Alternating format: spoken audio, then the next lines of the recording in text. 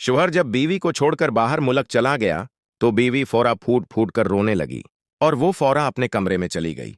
दीवर ने जब ये देखा तो उनको अच्छा नहीं लगा। वो फौरन कमरे में भाभी के पास आया और कहा कि भाभी आप टेंशन ना लो, मैं हूं ना, मैं आपको कोई तकलीफ नहीं होने दूंगा और आपकी सारी जरूरियात को अच्छे से पूरा करूंगा, बस आप रोना बंद करो। भाभी ने दीवर की तरफ देखा और उसने दीवर को अभी कुछ नहीं कहा और सोचने लगी कि भला दीवर को मैं अपनी तकलीफ कैसे बताऊं कि मुझे क्या चाहिए। देवर जब कमरे से बाहर निकला तो सोचने लगा कि भाई उसको मेरे हवाले करके गया है, इसलिए अब मेरी जिम्मेदारी बनती है उसको खुश रखने की। दीवर कॉलेज की पढ़ाई करता था और अभी तक दीवर की शादी नहीं हुई थी।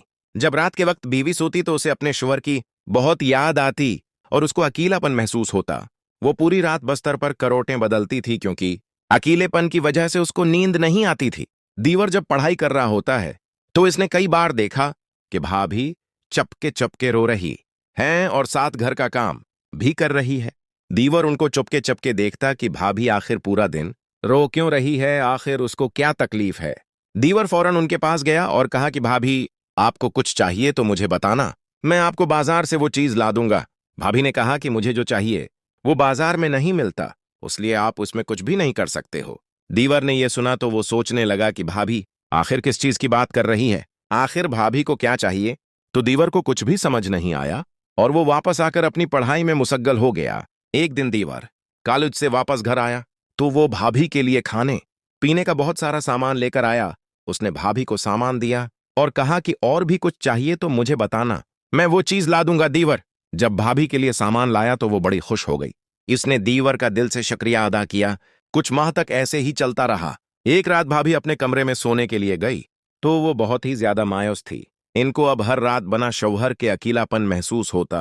वो सोचने लगी कि मैंने कभी सोचा भी नहीं था कि शादी के बाद मुझे उस तरह अकेले रहना होगा। अगर शादी के बाद शौहर का प्यार ना मिले तो भला बीवी क्या कर सकती है।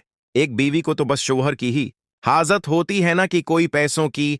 दिन के वक्त बीवी को जब शौहर की याद आती तो वो फौरा अपने शौहर को कॉल करती और इनका शौहर बाहर मुल्क इतना मसरूफ था कि वो बीवी की कॉल को भी नहीं उठाता था। एक दिन दीवर पढ़ाई कर रहा था तो उसने देखा कि भाभी चुपके चुपके किसी के साथ फोन पर बातें कर रही हैं।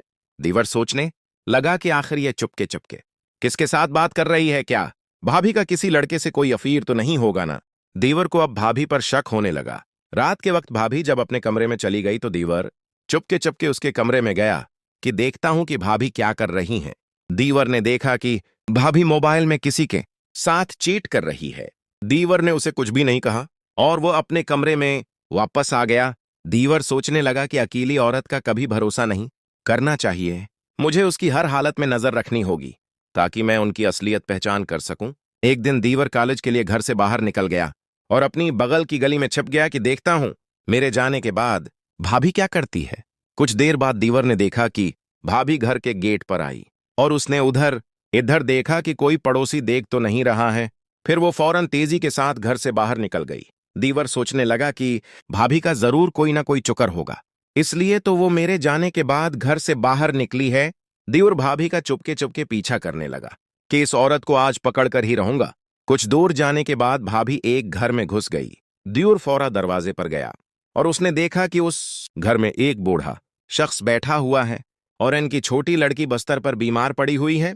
भाभी ने उस बूढ़े से कहा कि चाचा जी ये लो 20,000 और आप इस बच्ची के लिए कपड़े, दवाई और खाने पीने का सामान ले लेना। वो बूढ़ा शख्स दुआ करने लगा कि यार अब इस औरत को तो सलामत रखना, और ये औरत बहुत ही सखी है।